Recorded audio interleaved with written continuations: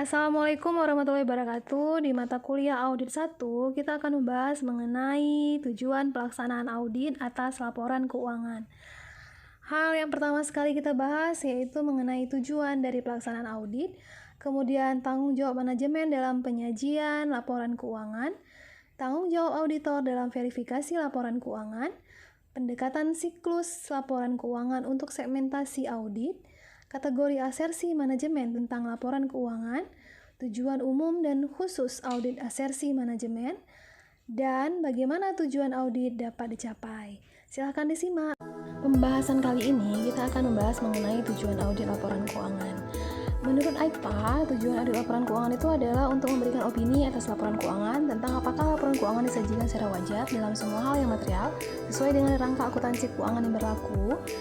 Kemudian, opini auditor ditujukan untuk meningkatkan kepercayaan terhadap laporan keuangan.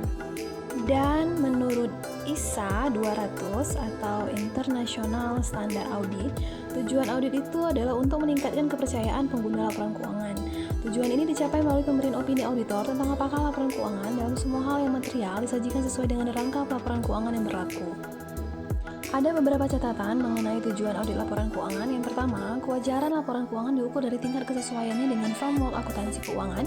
Yang kedua, yang dimaksud dengan framework akuntansi keuangan adalah SAK yang menurut IFRS dan berbagai peraturan berlaku yang belum diatur dalam SAK atau IFRS. Ada beberapa tanggung jawab manajemen, yang salah satunya yaitu terhadap ketepatan penerapan standar akuntansi. Di sini penyelenggaraan pengenalan internal yang memadai dan penyajian laporan keuangan secara wajar. Yang kedua, tanggung jawab manajemen yaitu atas penyajian laporan keuangan dan penyelenggaraan sistem pengenalan internal dimasukkan dalam laporan tahunan.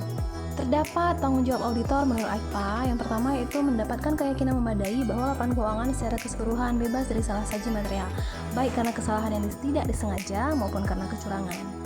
Yang kedua, tanggung jawab auditor menurut AIPA yaitu melaporkan hasil audit atas laporan keuangan yang sesuai dengan standar audit serta sesuai dengan hasil temuan audit. Di sini ada beberapa catatan, yaitu auditor hanya bertanggung jawab terhadap opini yang diberikan atas laporan keuangan yang didasarkan atas audit yang telah dilakukan sesuai dengan standar audit. Ada beberapa terminologi penting yang berkaitan dengan tujuan audit dalam laporan keuangan, yaitu yang pertama salah saji material. Di sini adalah tingkat kesalahan dalam laporan keuangan yang bisa menyesatkan penggunanya. Yang kedua, keyakinan memadai adalah ukuran tingkat kepastian yang diperoleh auditor setelah melakukan pengujian audit. Keyakinan memadai di sini adalah keyakinan yang tingkat tinggi tetapi tidak absolut bahwa laporan keuangan bebas dari salah saji material. Yang ketiga, yaitu kesalahan atau error versus kecurangan atau fraud. Kesalahan atau error adalah salah saji yang tidak disengaja dalam laporan keuangan, sedangkan kecurangan atau fraud adalah salah saji yang disengaja.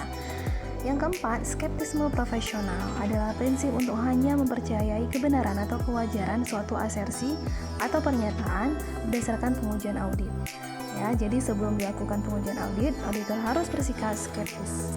Terdapat 6 karakteristik skeptisme profesional seorang auditor. Yang pertama, pola pikir mempertanyakan karena adanya keraguan atas kebenaran atau kewajaran suatu asersi. Yang kedua, penundaan kesimpulan ya sampai diperoleh bukti yang memadai. Kemudian yang ketiga, memperoleh pemahaman. Di sini melakukan investigasi melampaui hal-hal yang menampaknya sudah jelas. Keempat, pemahaman interpersonal ya, yaitu dengan mengenali bahwa motivasi dan persepsi seseorang bisa mendorong ke penyajian informasi yang bias dan menyesatkan. 5. Otonomi. Di sini berpendirian kuat, independen, dan mampu membuat keputusan. Mampu bersikap analitis terhadap pernyataan orang lain. 6. Menjaga harga diri, yaitu tidak mudah dipengaruhi serta berani mengkritisi asumsi dan kesimpulan pihak lain yang dipandang tidak argumentatif. Terdapat beberapa siklus transaksi keuangan yang terjadi sesuai dengan urutan kegiatan dalam organisasi. Yang pertama kali yaitu siklus pendanaan. Di sini siklus yang berhubungan dengan pendanaan seperti saham, obligasi, atau utang bank. Yang kedua, siklus investasi aset tetap. Siklus ini berhubungan dengan transaksi aset tetap, mulai dari perolehan, pemeliharaan, hingga penghentian. 3. Siklus operasional. Siklus ini berhubungan dengan kegiatan operasional perusahaan. Ada beberapa yang mencakup dari siklus operasional. Yang pertama yaitu siklus pengeluaran. Di sini berhubungan dengan pengadaan barang, atau jasa untuk kegiatan operasional perusahaan ya. Jadi mengeluarkan sejumlah kas untuk pengadaan barang atau jasa operasional perusahaan. Yang kedua, siklus produksi. Di sini berhubungan dengan aktivitas produksi yang mengubah bahan baku menjadi barang jadi. Kemudian siklus SDM atau yang berhubungan dengan penggajian. Di sini berhubungan dengan transaksi untuk sumber daya manusia, mulai dari rekrutmen, penempatan, pendidikan dan pelatihan hingga pensiun. Selanjutnya yaitu siklus pendapatan, yaitu yang berhubungan dengan transaksi penjualan tunai atau kredit yang berhubungan dengan kegiatan utama perusahaan. Siklus yang keempat yaitu siklus investasi instrumen keuangan. Ini berhubungan dengan transaksi investasi sekuritas melalui Bursa Efek Indonesia. Kesemua siklus transaksi tersebut itu berhubungan dengan transaksi keuangan yang akhirnya melahirkan suatu laporan keuangan, di mana laporan keuangan di sini adalah laporan tentang transaksi keuangan yang terjadi pada 7 siklus transaksi tadi.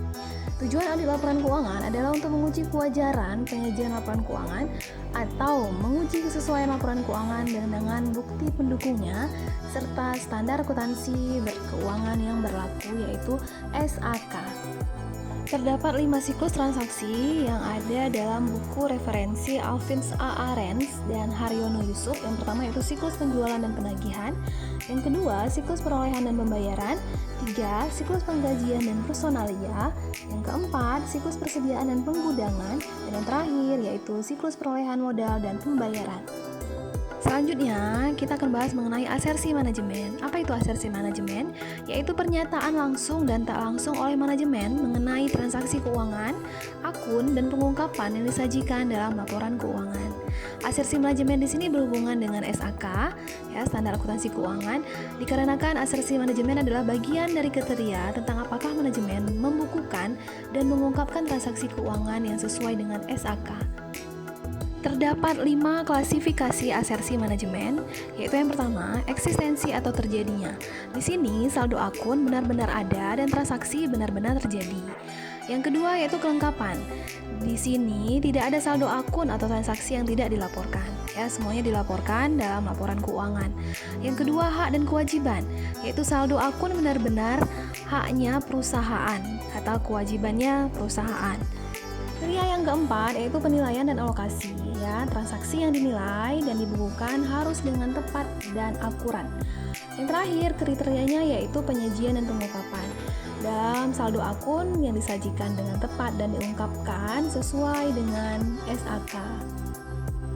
Jika akun saldo piutang sebesar 11 juta, di sini kriterianya itu harus dipenuhi dari asersi manajemen tersebut. Dari eksistensinya, dari kelengkapan, hak dan kewajiban, penilaian atau alokasi, dan penyajian dan pengungkapan. Ada beberapa klasifikasi asersi manajemen menurut AICPA. Yang pertama yaitu asersi tentang transaksi, yang kedua asersi tentang saldo akun, dan yang ketiga asersi tentang penyajian dan pengungkapan. Asersi yang pertama yaitu tentang asersi transaksi. Di sini ada beberapa. Yang pertama yaitu occurrence atau terjadinya transaksi.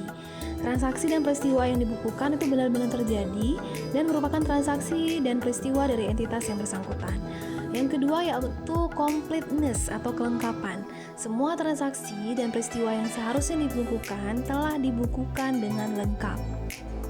Yang ketiga yaitu akurasi atau keakuratan. Di sini berhubungan dengan perhitungan dalam pembukuan transaksi yang dilakukan dengan akurat. Tidak terjadi kesalahan perhitungan dalam angka-angka, jumlah, dan data lain yang terkait dengan transaksi dan peristiwa yang dibukukan. Yang keempat yaitu pisah batas transaksi atau cut off.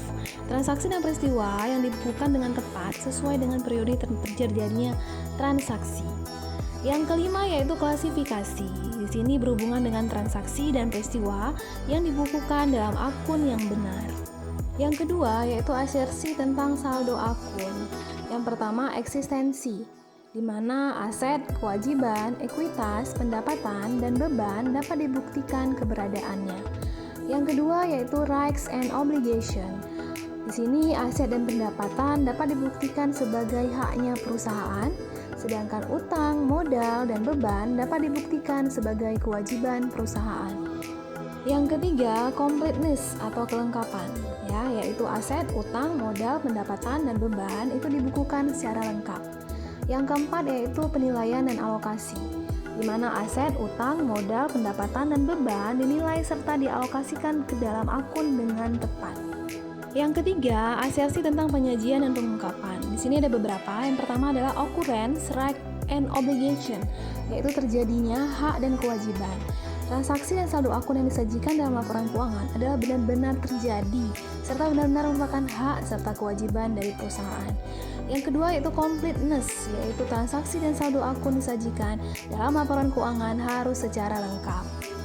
Ketiga, classification and understandability, yaitu klasifikasi dan kejelasan, di mana akun-akun yang disajikan dengan klasifikasi yang tepat dan pengungkapan dibuat secara memadai untuk kejelasan dalam laporan keuangan. Yang keempat, akurasi and valuation, atau keakuratan dan penilaian, di mana informasi keuangan dan informasi lainnya diungkapkan secara wajar dan dalam jumlah yang tepat.